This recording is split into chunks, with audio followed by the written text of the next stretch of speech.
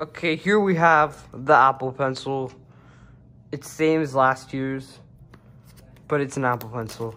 So I'm going to be unboxing this because there's no other content really, and Fortnite's getting boring to record and edit. So it comes in a box. Oh, let's pull it out.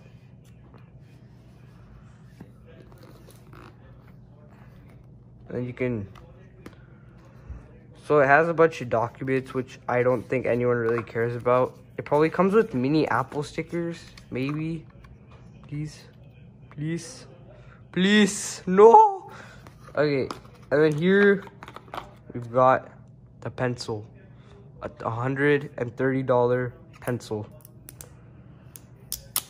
So you can take it out of the wrapper, and I'll review it with my iPad in a second.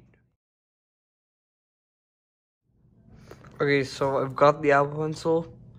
I'm gonna have to connect it, and this is my first time I'm pairing it. So you pretty much just connect it, and then you've got to unlock it. Oh, so it's that easy. And it says that you can do that, and that. Wait, it has gestures, so.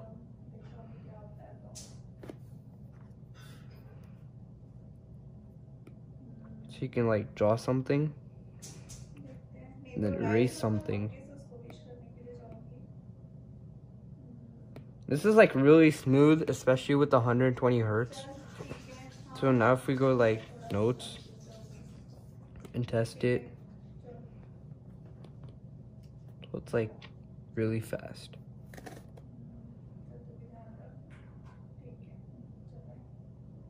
Okay.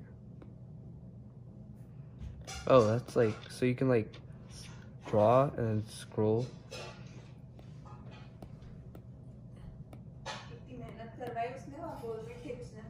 So that's the Apple Pencil.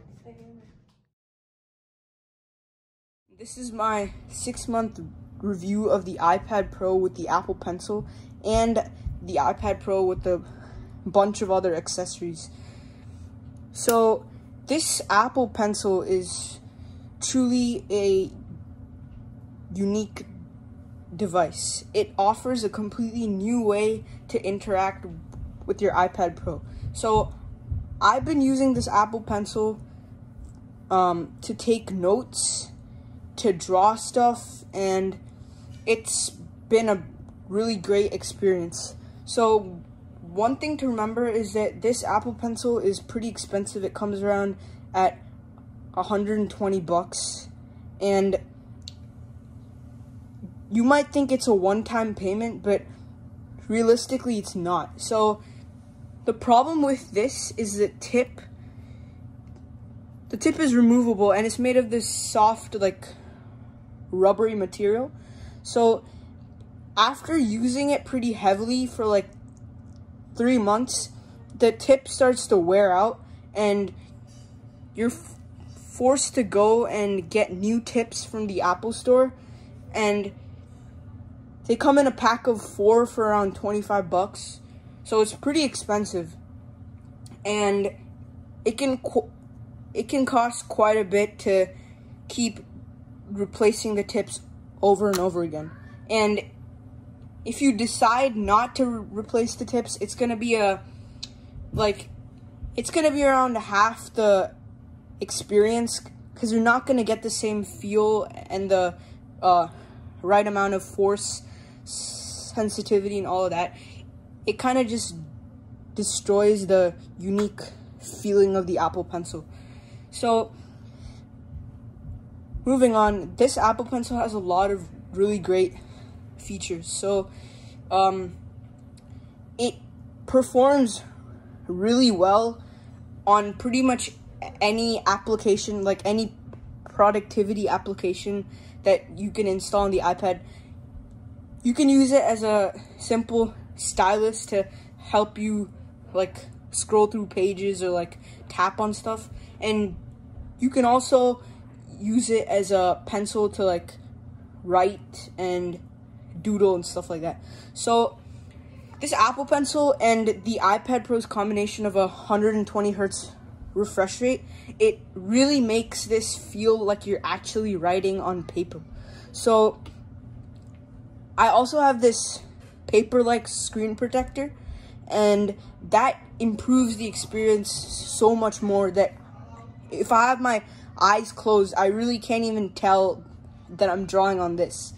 And it really makes the experience much better if you buy that type of screen protector. So this Apple Pencil, one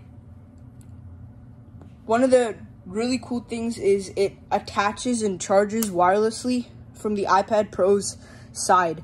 And one negative I found about this is it tends to drain your iPad's battery life quite a bit. iPad Pro, the flat side, which attaches to the iPad Pro's side, it has this force touch sensor. So if you double tap on the side, it automatically switches tools. And actually, if you go to settings, you can configure what double tapping on the side does. So that's really cool. And the second thing that makes this more similar to paper is if you apply more pressure, it makes the line thicker and it gives it more detail. So if I just tap on the iPad's surface and I try to draw here, it's quite thin, right? But if I apply more pressure, it really thickens the lines and it gives it more detail.